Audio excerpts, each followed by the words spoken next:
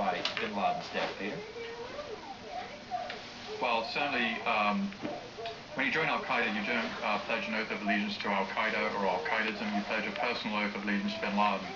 Similarly, when groups like Al-Qaeda in Iraq, Al-Qaeda in the Islamic Maghreb, or other regional affiliates join Al-Qaeda, they don't pledge an oath of allegiance to Al-Qaeda, they pledge a personal oath of allegiance to Osama bin Laden. This is a very charismatic-led organization, and it has very charismatic-led affiliates. There's no one who can replace him, Drew. No one can fit into his size 12 shoes. There will be pretenders. His number two, Ayman al-Zawahiri, who's not well regarded or well liked even within the Egyptian jihad organization that he led and subsumed himself into Al-Qaeda in 1998. There are some sons of bin Laden, has 11 sons. One or two of them have already chosen to go into their dad's line of business. Saad bin Laden, for instance, was in Iran and had a sort of middle management role in Al-Qaeda while he was living there under some form of house arrest. He may have been killed in a drone strike in Pakistan in recent years. We know that one of the sons was killed in this attack, in the Special Forces raid in Abbottabad earlier in the last 24 hours. But you can imagine somebody, a kid with a family name, trying to kind of take over from the dad. But there's no one of bin Laden's sort of quote-unquote stature, Drew. Peter, let me read you what CIA Director Leon Panetta has written in a statement. Though bin Laden is dead, Al-Qaeda is not. The terrorists almost certainly will attempt to avenge him, and we must and will remain vigilant and resolute. But we have struck a heavy blow against this enemy, the only leader they have ever known, whose hateful vision gave rise to their atrocities, is no more.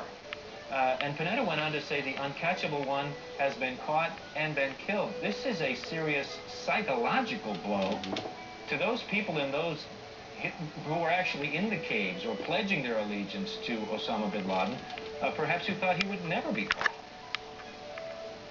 Indeed. Well, you know, we spent $500 billion on our intelligence services since 9/11.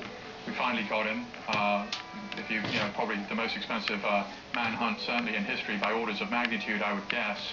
And congratulations to everybody at the CIA and U.S. Navy SEALs and CENTCOM and every other entity in the U.S. government that had a role in this. I think the crucial thing that Panetta said in that statement is that they've known no other leader. Al-Qaeda was founded in Pakistan, in Peshawar, Pakistan, not far from where bin Laden ended up being killed, over the course of a couple of weekends in August 1998. It was bin Laden's idea. He was, the uncontested leader of the organization throughout its more than two-decade history. He is the intellectual author of the largest mass murder in American history. Him gone from the scene is, quite useful. Comparisons to the Nazis are not that useful in some senses, but the Nazi Party was very much a charismatic-led organization led by Adolf Hitler. Once Adolf Hitler died, Nazism died with him, more or less.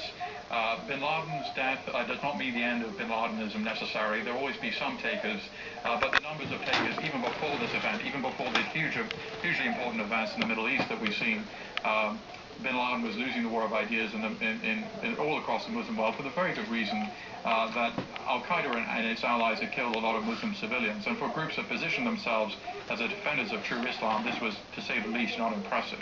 Peter Bergen, thank you so much for your insight on that. We'll certainly hear more from you as the day progresses. Thank you again.